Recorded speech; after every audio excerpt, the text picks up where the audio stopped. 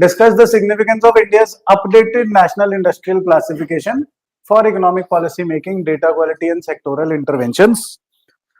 Write a 150 word answer in. So basically, this question is asking discuss the significance. Model answer तो मिलेगा but basically इसे tackle कैसे करना था. Discuss आ गया, साथ के साथ आपके दिमाग में आना चाहिए pros and cons. Pros and cons या फिर इसे बोल दो सिग्निफिकेंस एंड चैलेंजेस. आ गया दिमाग में. This is the discuss is the what is this is not a keyword, this is a क्या बोलते हैं इसे, टेल वर्ड नहीं. This will decide the a directive. Yes, this is called a directive. This will decide the tone of the answer. Discuss means कि हम लोगों ने ऐसे ड्राइंग रूम डिस्कशन की तरह करना है. जैसे कोई फादर मदर के दोस्त आते हैं, वो आपस में डिस्कस करते हैं कोई टॉपिक, एक प्रो बताता है, कौन बताता है, फिर यहाँ तो अल्टीमेट एग्रीमेंट हो जाती है, नहीं तो ओपन एंडेड छोड़ देते हैं, we agree to disagree. So hence इसमें प्रोज एंड कॉन्स होने चाहिए. सिग्निफिकेंस ऑफ इंडियाज अपडेटेड, ये क्लू दे गया कि अपडेट कर रहे हैं. अपडेट कर रहे होंगे तो मतलब मॉडर्नाइज हो रहा होगा, है ना.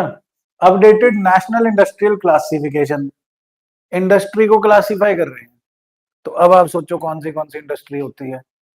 इंडस्ट्री कोई सी भी हो सकती है. Textile industry, sports good industry, leather industry, सबको क्लासिफाई करना है.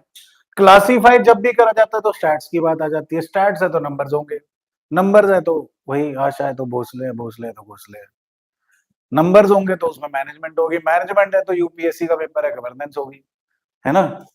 For economic policy making, data quality and sectoral interventions. तो मतलब बिना पता हुए भी हम इसका आंसर लिख सकते हैं. कैसे? Discuss pros and cons follow करो. प्रोज क्या होंगे? अपडेटेड है, इसी को उठा लो. अपडेटेड है तो मोर कॉम्प्रिहेंसिव होगी, है ना. और for economic policy making, economic policy making कर रहा है तो स्टैट्स को डिवाइड कर रहा होगा. क्लासिफाई कर रहा है तो बेटर क्लासिफिकेशन होएगी, टेक्नोलॉजी अपग्रेड होएगी, है ना. डेटा क्वालिटी है तो डेटा की डेप्थ में जा रहे होंगे एंड बिग डेटा एनालिटिक्स को यूज कर रहे होंगे, एआई को यूज कर रहे होंगे, है ना. देन सेक्टोरल इंटरवेंशन सारे सेक्टर्स के लिए होगा, जैसे मैम ने बताया प्राइमरी सेकेंडरी टर्शरी. और इसमें दो तीन मोटी मोटी बातें क्या हैं अगर सिलेबस के हिसाब से सोचो. सबसे पहले पॉलिटी वाले सिलेबस में चले जाओ, एडमिनिस्ट्रेशन बढ़िया होगी, इससे एडमिनिस्ट्रेशन इजियर हो जाएगी. फिर गवर्नेंस वाले में चले जाओ, गवर्नेंस मोर कॉम्प्रिहेंसिव हो जाएगी. फिर इसी में आईआर में चले जाओ कि ऑब्वियसली नया सिस्टम बना है तो हार्मोनाइज्ड होगा इंटरनेशनल सिस्टम के साथ, है ना. फिर उसके बाद आगे कौन सा है? जीएस2 के बाद 3 में पॉलिटी. हाँ जी, हाँ इकोनॉमी में जाओगे ना, पहले इकोनॉमी आएगा बिकॉज सवाल इकोनॉमी का है. तो इकोनॉमी में चले जाओ. सेक्टोरल, एक तो डेप्थ ऑफ एनालिसिस होगा और कोऑर्डिनेशन होगी. फिर साइंस में आ जाओ, technology upgrade for the modern era.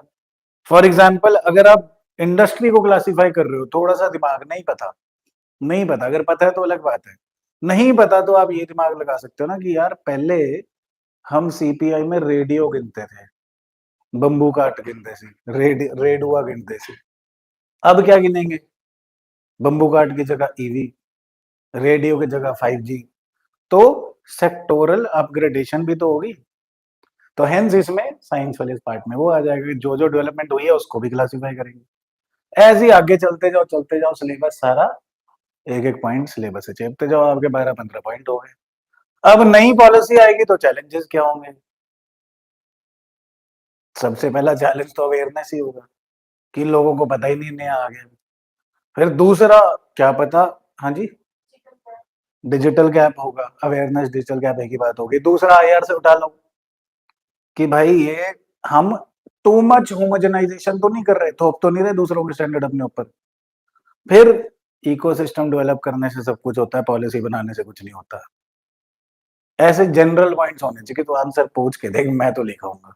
और मेरी गारंटी है जिसको आता होगा और वो स्ट्रक्चर नहीं जानता होगा ना, इधर उधर से 50,000 पेज पढ़ने वाला, उसके कम नंबर आएंगे. आपके ना आते हुए कभी ज्यादा आएंगे, बिकॉज आपको ट्रिक पता है कि सिलेबस ही तो खोलना है. बस इकोनॉमी में क्वेश्चन में इकोनॉमी ऊपर रखना है, साइंस के क्वेश्चन में साइंस ऊपर रखना है, खोलना सिलेबस ही. क्या मुश्किल है answer writing? I don't think so. बाकी अगर बहुत ही अच्छा करना है तो इसमें स्टैट्स और कीवर्ड डाल दो.